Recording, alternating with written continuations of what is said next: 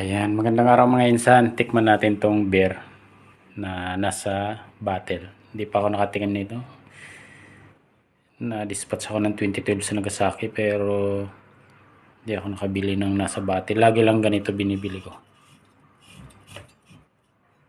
Ayan. Pero alam ko masarap tong nasa bottle. Check na natin yung alcohol content niya. So, walang nakalagay. Wala eh.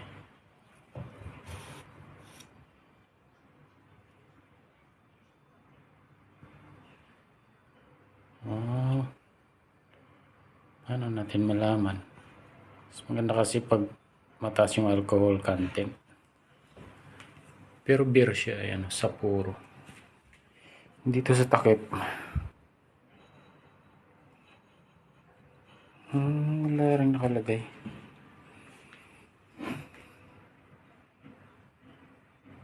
Ayan siguro 5%. Pero hindi natin mabasa. Baka yan na yun. Hindi katulad nito, ayan o, makikita agad yung alcohol content 6%. So maganda yan, medyo matapang yan. 5% kasi mababa. Kailangan mabilis matamaan para tipid sa pera. Yan naman diskarte dun.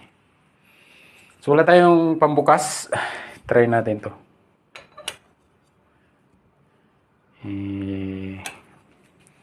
Lapag muna natin itong cellphone. Kasi wala tayong pambukas eh.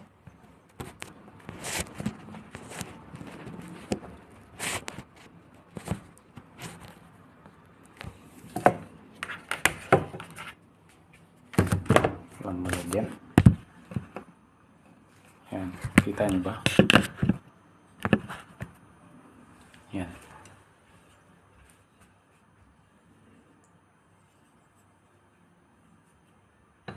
Ito hindi kaya to.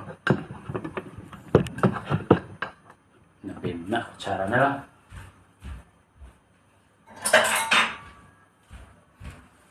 Ito matibay to. Pag nagbukas kayo, nakatakip to sa ano, yung nakaganyan hold sa takip para hindi kayo matalsikan kung sakaling may pressure siya na alog. Ayan, tikman natin kung masarap. Taba ko dyan, hindi kasi makita.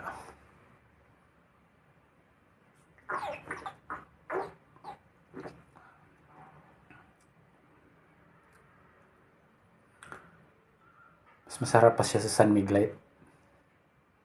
Matapang din yung Red Horse na ganito, 500 ml. Pero masarap pa siya sa San Miguel.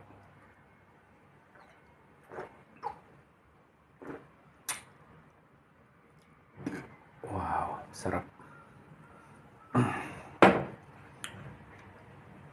Sapporo. Yun lang po. Isang bote lang binili natin kasi hindi naman kailangan maglas. Tikman lang natin para experience. Sayang kasi nandito na tayo sa Japan, pinadala tayo ng training 6 months na-extend tayo ng 1 month. So tikman na natin kung ano mga dapat tikman. Sayang para ma-experience. Thank you.